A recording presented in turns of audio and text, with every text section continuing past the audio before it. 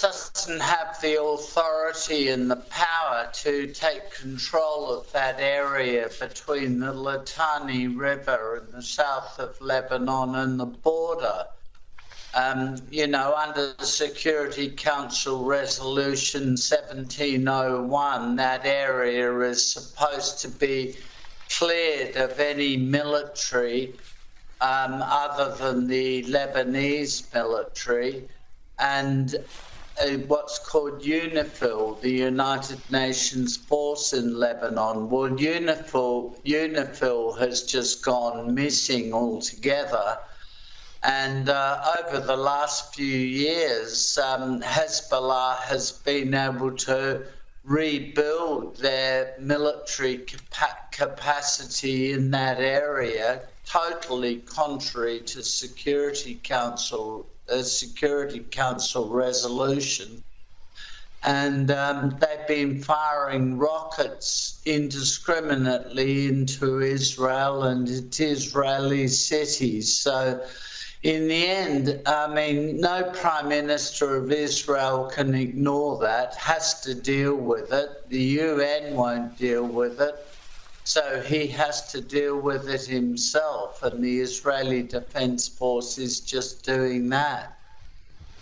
Yeah, it's the only way they can defend themselves. Let's just talk about some of the Australian reaction here. I showed this comment from Anthony Albanese yesterday to show how pathetic he is in action against the terror groups or in support of Israel. Well, we regard Hezbollah as a terrorist organisation, as we regard Hamas as a terrorist organisation. We have been working with like-minded countries and issuing appropriate statements such as the ones that I referred to. States would not agree to a ceasefire after the bombing of Pearl Harbor or after the terrorist attack of 9/11. Israel will not agree to a cessation of hostilities with Hamas. Gentlemen, the Bible says that there is a time for peace and a time for war. This is a time for war. 135 rockets, drones and missiles have been fired by the Hezbollah terrorists from Lebanon into Israel. This is not a sustainable reality. The IDF will end the threat of Hezbollah in defense of our country. The war will conclude when we have achieved all of our objectives, toppling Hamas's evil rule, bringing all of our hostages home, 101 of them, the living and the deceased alike, thwarting any future threat to Israel from Gaza, and returning our residents in the south and in the north safely to their homes. What having Israeli soldiers held by Hamas from 2014 as dead soldiers has done to us as society, meaning it isn't just about getting back the live, it's also about getting back the dead. This is about Israeli society, who we are, and for Hamas, that is their strength, that is their bargaining chip, because they don't view them as human. And I just want to put that out because I'm not a happily ever after person when it comes to the issue of the hostages. There are no easy ways. There's no going in, finding them, coming out. And we need to be both resilient and with a heart. And I say that because we need to be resilient when it comes to what Hezbollah has on the other side of the border.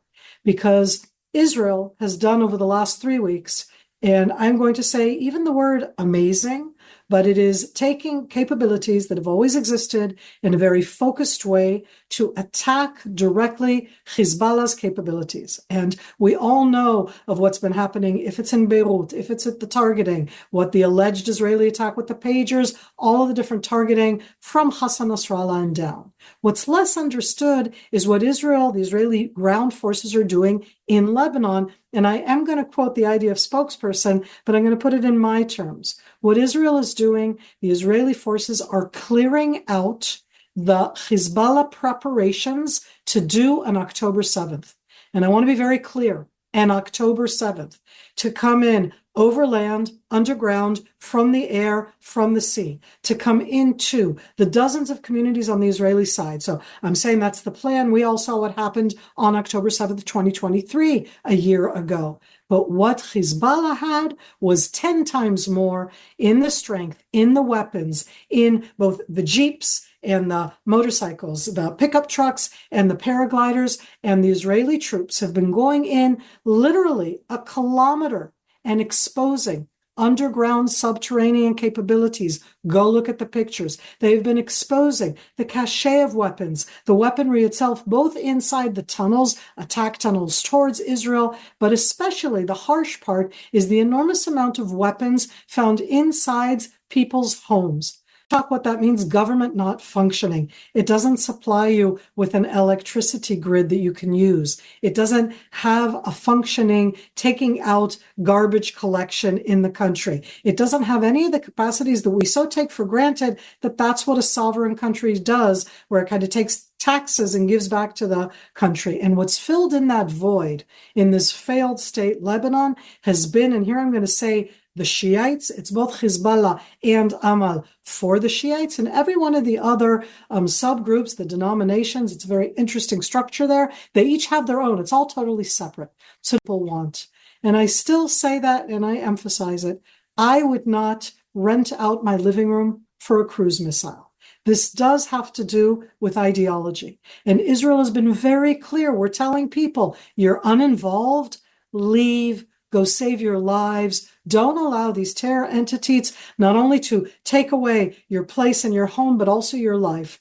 And it's not an easy situation, but we're not targeting the civilians. We're targeting these cache of weapons, these Radwan fighters who both live in these villages, but also underground. And I'll just give from an example of Beirut that everybody's looking at right now, in that southern neighborhood, which was, as everybody says, a Hezbollah stronghold.